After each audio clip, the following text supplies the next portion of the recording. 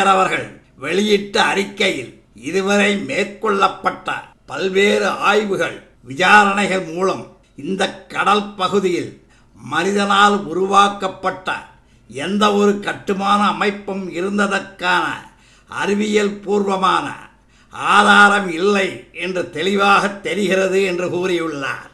ஆனால் தமிழக அரசின் சுற்றுலாத்துறை ராமேஸ்வரம் பற்றி வெளியிட்டுள்ள கையேட்டில் தி ஃப்ளோட்டிங் ஸ்டோன் சேது வந்தனம் used to build the Setu bridge is worth seeing here.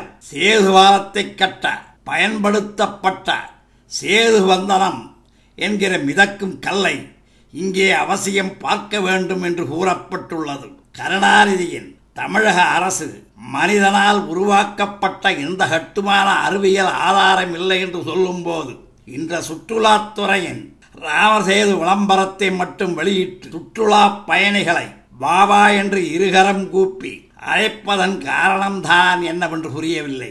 Bakrid பண்டிகையிலும் Ramzan நோன்பிலும் அறிவியல் ஆதாரம் கண்ட கலைஞர் அவர்கள் ஆதாம் ஏவாள் காதலிலும் சிலுவையில் அறையப்பட்ட இயேசு உயிர் பெற்று எழுந்து வந்ததையும் ஏற்றுக்கொள்ளும் கருணாநிதி மதுரையை எரித்த கண்ணகி தன் கணவன் கோவலனுடன் விமானத்தில் விண்ணுலகம் சென்றதையும் பாராட்டி மகிழும் கருணாநிதிக்கு ராமர் வாழ்ந்த நடந்து சென்ற நகரங்களின் பெயர்கள் ஆண்டுகள் பல கோடி ஆனாலும் இந்திய மண்ணில் இன்னமும் அழியாமல் இருப்பதை நினைவூட்ட விரும்புகின்றேன்.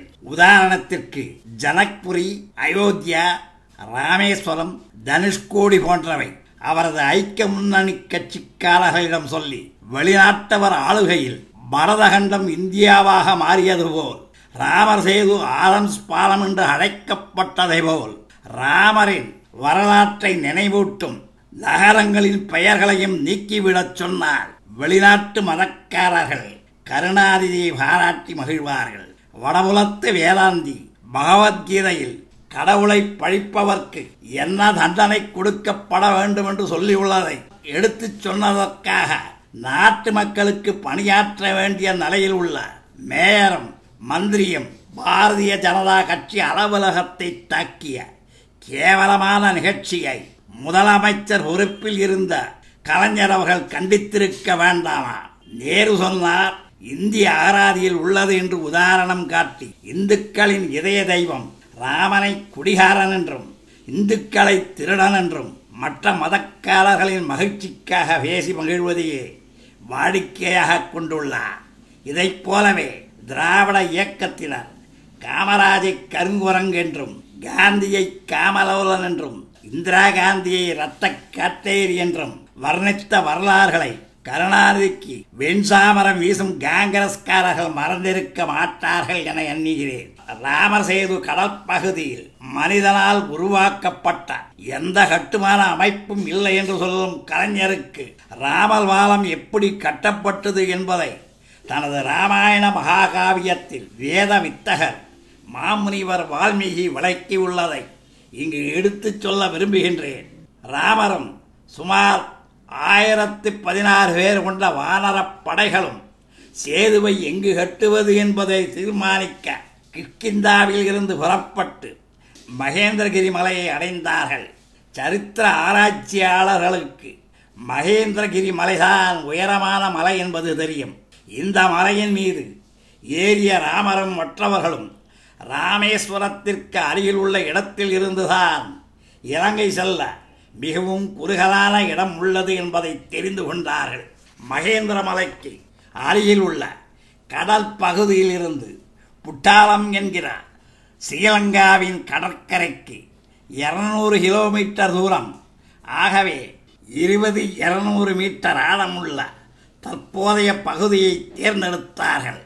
ராமர் ராமேஸ்வரம் பகுதியில் சேதுவை கட்ட முடிவு எடுத்த போது சமுத்திரத்தின் அரசன் அவர் முன் தோன்றி வானரப் படையில் உள்ளவர்களில் தெய்வீக கட்டிடக் கலைஞர் விஸ்வகர்மாவின் மகன் நலன் உள்ளதை தெரிவித்து அவனே சேதுவை கட்ட தகுதியானவன் என்று கூறுகிறார். ஸ்லோகம் 53 இது பற்றி சொல்லப்பட்டிருக்கிறது. ராமர் சேதுவை கட்ட துவங்கும் முன் சிவலிங்கம் ஒன்றை பிரதிஷ்டை செய்து வணங்கினார். அதுவே இன்றைய ராமேஸ்வரம் திருக்கோவிலாக விளங்குகிறது. அதன் பிறகு ராமருடன் அணிவகுத்த சுக்ரீவன், அனுமன், ஜாம்பவான் போன்றவர்கள் சதசகஸ்ரா 1,00,000 வானரர்களை அழைத்து வந்து சேதுவை கட்ட ஆரம்பித்தார்கள். 5 நாட்களிலேயே சேது கட்டி முடிக்கப்பட்டதாக வால்மீகி கூறுகிறார். மலைகளின் உச்சிப்பகுதிகளை உடைத்து, மரங்களை உடைத்து, அவைகளை வானரர்கள் கடற்கரைக்கு கொண்டு வந்தார்கள். ஸ்லோகம் 54-55. வால்மீகி முனிவர் பாலங்கட்ட தேவையான 15 வகையான மரங்கள் கொண்டு வரப்பட்டதை அழகாக எடுத்து கூறியிருக்கிறார். அவைகள் கிளி, மாமரம், அசோகா, வேம்பு, சார், அஸ்வகர்ணா, தாவ், பான்ஸ், கட்ச், அர்ஜுன், தால், திலக், தினிஷ், பெல், சிட்லன் போன்ற மரங்கள். ஸ்லோகம் 57 இதை காணலாம். வேரோடு பெயர்த்தெடுக்கப்பட்ட மரங்கள் கொடிக்கம்பங்களை போல் தூக்கி வரப்பட்டன. ஸ்லோகம் 56. அன்றைய காலகட்டங்களில் தென்னிந்திய பகுதிகளில் இருந்த உயரமான மரங்களான தாத், சுரீர், பகூல் மற்றும் தென்னை, வேம்பு, மா, பனை போன்ற மரங்கள் முறிக்கப்பட்டு கொண்டு வரப்பட்டன. ஸ்லோகம் 59. உடைக்கப்பட்ட மலைக்கற்கள் கடலில் தூக்கி போடப்பட்ட போது கடலின் தண்ணீர் விண்ணளவுக்கு உயர்ந்து தண்ணீரில் மூழ்கியது. ஸ்லோகம் 62. சில வானரர்கள் ஒழுங்கான முறையில் கற்களை போட்டார்கள்.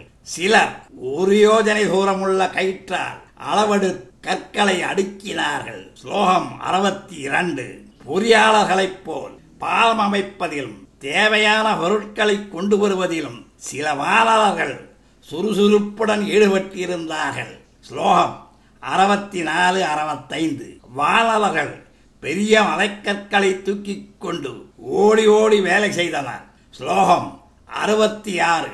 யானையை விட பெரும் உருவமும் பலமும் கொண்ட வானரர்கள் மிக விரைவில் பாலத்தை கட்டும் பணியில் ஈடுபட்டுக் கொண்டிருந்தார்கள். தற்போதைய தமிழக அரசின் பாலம் கட்டுபவர்களும் இதை பற்றி படித்து நன்றாக தெரிந்து கொண்டால் நாட்டிற்கும் மக்களுக்கும் நல்லது உண்டாகும். 5 நாளில் ராமர் சேது உருவாக்க அசாதாரண வேகத்துடன் பணியாற்றிய வானரர்கள் இலங்கை பகுதியில் சுவேல் மலை வரை உள்ள 23 யோஜனை தூரம் வரை உள்ள பாலத்தை உருவாக்கி பெருமிதம் அடைந்தார்கள். பாலத்தின் நீளத்தை சரியாக கணக்கிட இலங்கை பகுதியில் உள்ள சுவேல் மலையே சேதுவின் முடிவு பகுதியாக எடுத்துக் கொள்ளப்பட்டது. இப்படித்தான் ராமர் சேது ராமர் நலன் மேற்பார்வையால் உருவாக்கப்பட்டது. ராமர் சேது 100 யோஜனை தூரமும் 10 யோஜனை அகலமும் உடையதாக அமைந்தது. ஸ்லோகம் 76 இது பற்றி கூறப்பட்டிருக்கிறது. வானரர்கள் பால தூரத்தின் எண்ணிக்கையையும் அளவையும் நன்கு அறிந்திருந்தார்கள். 5 நாட்களில் அவர்கள் கட்டிய அளவை 14, 20, 21, 22, 23 வரை கூட்டினார் 100 யோஜனை தூரம் வரும். 5 நாளில் ராமர் சேது உருவாக்கப்பட்டது. வானரர்களின் அயராத உழைப்பால் நலன் கட்டிய ராமர் சேது அழகு மிகுந்த நிழலாக தோற்றமளித்தது. ஸ்லோகம் 74. வானரர்களே அவர்கள் கட்டிய பாலத்தின் சிறப்பைக் கண்டு பிரமித்தார்கள். வால்மீகியின் காவியத்தில் இருந்து ராமர் சேது கட்டப்பட்டதன் சுருக்கத்தை இங்கே சொல்லியுள்ளேன். ராமர் சேது மனிதர்களால் உருவாக்கப்பட்டதற்கான ஆதாரம் எதுவும் இல்லை என்று சொல்லும் கலைஞருக்கு வால்மீகி மாமுனிவர் கூறியபடி ராமர் வழிகாட்டுதலோடு நலன் போன்ற வானரர்கள் சேதுவை உருவாக்கிய வரலாற்றை மிகச் சுருக்கமாக உங்களுக்கு சொல்லிவிட்டேன்.